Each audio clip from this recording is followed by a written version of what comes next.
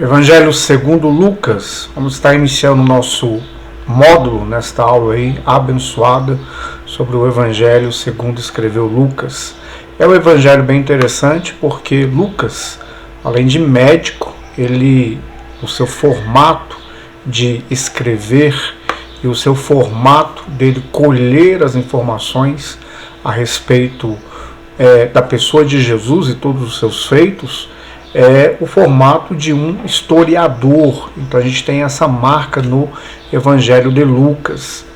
E como a gente já tem falado sobre os outros evangelhos, segundo a visão de cada um deles, que foi a respeito de Mateus, Marcos, e agora nós estamos falando a respeito de Lucas, é um evangelho que também não contradiz a nenhum outro evangelho, trazendo isso daí uma confirmação daquilo que é real sobre a pessoa de Jesus, daquilo que é uma realidade a respeito de todos os fatos ocorridos. E o formato que Lucas então resolve fazer aí os seus escritos, como disse a você, é o formato de um historiador.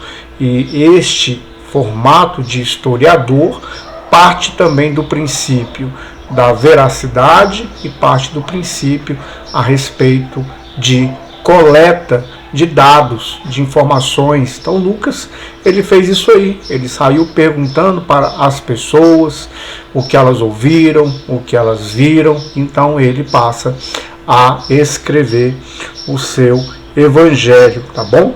Então Lucas era companheiro do apóstolo Paulo, tá aí em Atos capítulo 16, versos 10 ao 24, também está em 2 Timóteo 4:11, Colossenses 4:14. Era um gentil, então assim, ele não era um judeu, pelo menos as informações, e quando eu digo pelo menos as informações, porque nós estamos lidando aqui com dados muito antigos e alguns personagens bíblicos reais, mas não se tem muita informação, tá bom? Seu livro foi escrito aí por volta dos anos 60 a 63 depois de Cristo, e o interessante é que Lucas, ele dá uma ênfase a respeito de Jesus, aquele que veio para salvar, buscar o perdido. Por que isso? Porque dentro da linguagem daquilo que a gente entende do Evangelho de Lucas, é um evangelho que inclusive pode ter como público-alvo, em primeira mão, aqueles que eram os gregos. Então os gregos, possivelmente, era um público a qual Lucas estava pretendendo comunicar a respeito de Jesus. E por que é interessante Lucas também mostrar que Jesus veio para buscar e salvar o que havia se perdido ou estava perdido? Porque a cultura grega, ela procura e procurou colocar o homem no centro das coisas. Então, se você olhar aí a cultura grega, o pensamento grego, a filosofia grega, vai estar colocando o homem no centro das coisas. O homem num pedestal, o homem como sendo o ser a ser estudado, mas na sua centralidade. E uma hora, ou o certo, o objetivo, é colocar o nosso Senhor no centro de todas as coisas. É procurar conhecer sobre Ele. Então Lucas, a gente percebe que até por conta não só da sua linguagem de comunicar aos gregos, Lucas também ele vai estar trazendo algo espiritual para que aquilo que estava numa mentalidade grega pudesse também ser muitas vezes abatida, chacoalhada ou muitas vezes repensada para que pudesse então colocar o homem no seu lugar, no seu papel. Inclusive falando sobre isso, a gente percebe aí muitas vezes, eu vou chamar de uma permissão do Senhor. Essa permissão do Senhor é assim: ele permitiu o Império Romano e pegou todo aquele progresso físico, militar do Império Romano para que pudesse chegar em outras regiões a sua palavra, aquilo que Jesus fisicamente estava fazendo sobre a vida da nação de Israel e sobre o povo, sobre o sistema religioso. Então, as notícias sobre Jesus e o alcance do Evangelho, que são as boas novas a respeito de Jesus, não ficou limitado em Israel, não ficou limitado em Jerusalém, não ficou limitado na Galileia. Então, assim, começou a percorrer as outras nações. E por conta do Império Romano, isso daí foi permitido pelo Senhor Deus e alcançou aí outras nações, inclusive militares, que foi o alvo aí do Evangelho de Marcos. E agora, no caso, Lucas, ele está aí com uma linguagem e um público, uma estratégia para o povo grego. E o povo grego tem as suas particularidades, assim como os romanos, assim como os judeus e assim como as demais nações. Tanto que nos dias atuais, aquilo que é um pensamento grego ainda permeia a sociedade. E aí eu quero fazer uma observação aqui para você sobre isso, tá? Mesmo que um pensamento permeie sobre a sociedade, influencie uma sociedade, eu tenho que verificar se isso aí é viável que me influencie. Então, por exemplo, os gregos tinham aí uma conotação e um objetivo de colocar o ser humano no centro das coisas.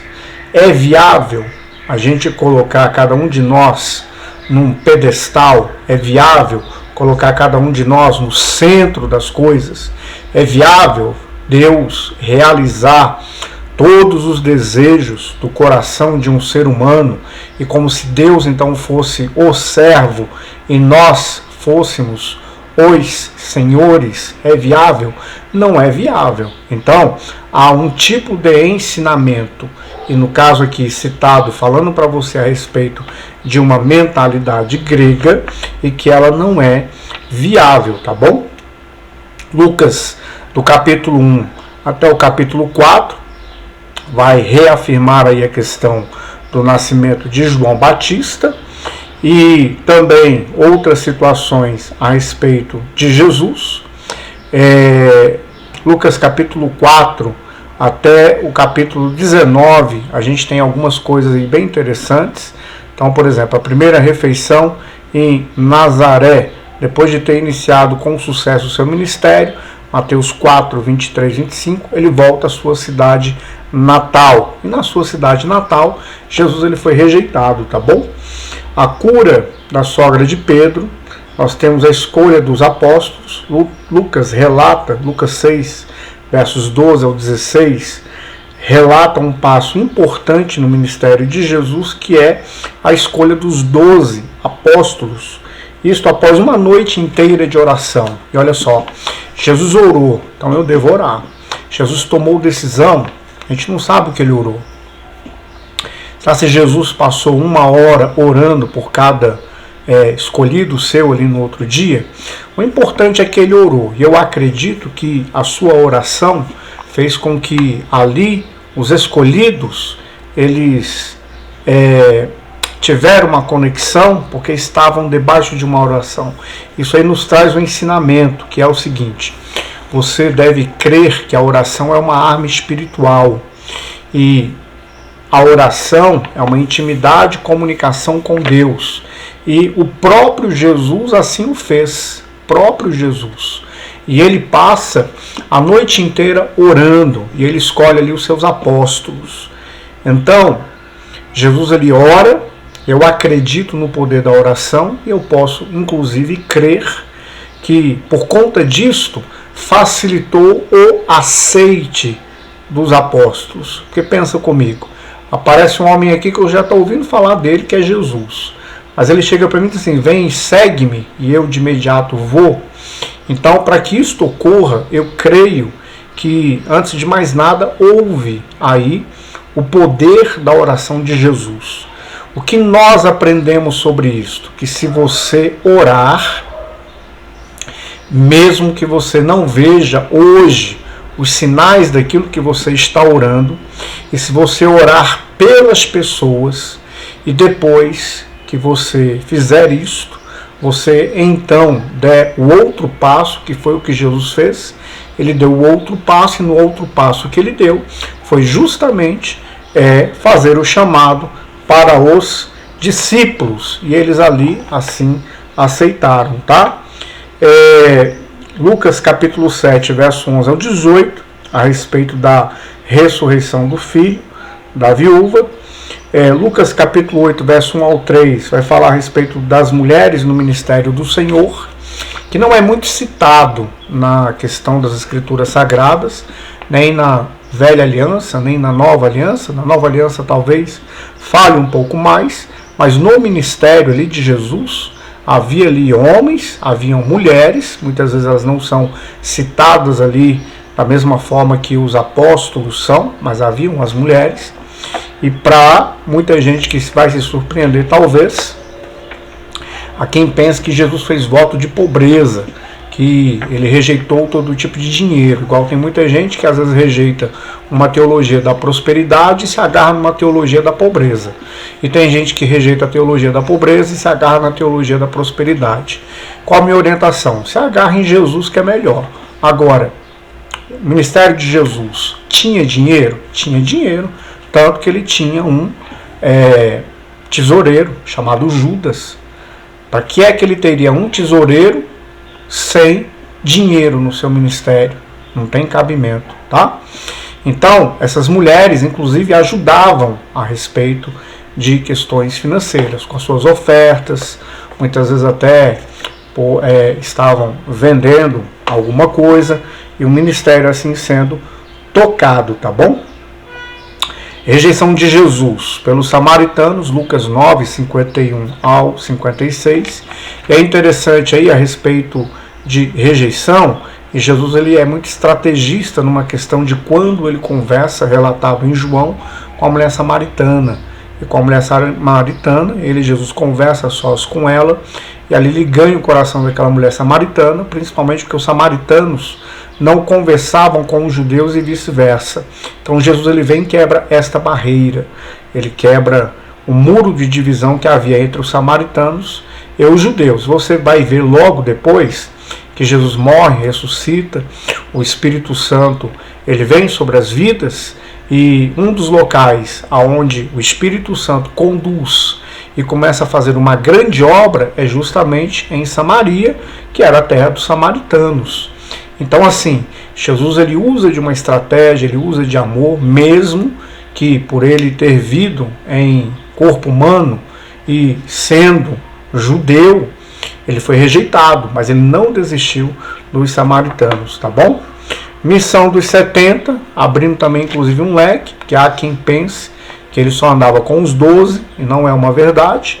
Então aí a gente tem a missão dos 70, Lucas capítulo 10, versículo 1 ao 24. O bom samaritano, de novo aí, ó, e agora é colocado o bom samaritano, significa que era um cidadão de Samaria. E agora Jesus então trata o coração do judeu, rompendo, quebrando a barreira e mostrando ali que ele veio para buscar realmente o perdido, tá? A parábola do amigo importuno, parábolas aí bem interessantes, descritas por Lucas. A parábola do rico insensato. O capítulo 15, que é um capítulo que eu acho muito especial, que fala aí a respeito de 3 parábolas. Ali tem a parábola inclusive do filho pródigo, da dracma perdida e da ovelha perdida. E a gente percebe então nesse capítulo 15 que a questão do perdido ou perdida está bem em eminência no capítulo 15 de Lucas, e é algo bem interessante.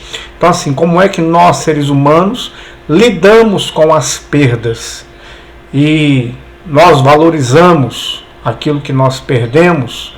Qual é a valorização que nós damos àquilo que nós perdemos? E ele começa a mostrar uma ótica divina, que inclusive ali na parábola a respeito do filho pródigo, a gente percebe Jesus transmitindo como é a mentalidade do nosso Pai Celestial, do nosso Deus Todo-Poderoso. A mentalidade do nosso Deus em como lidar, inclusive ali com o filho pródigo. a gente enxerga ali a visão do Senhor Deus, a gente enxerga ali o amor e o carinho daquele pai, e a gente enxerga a valorização que aquele pai dá ao seu filho, tá bom?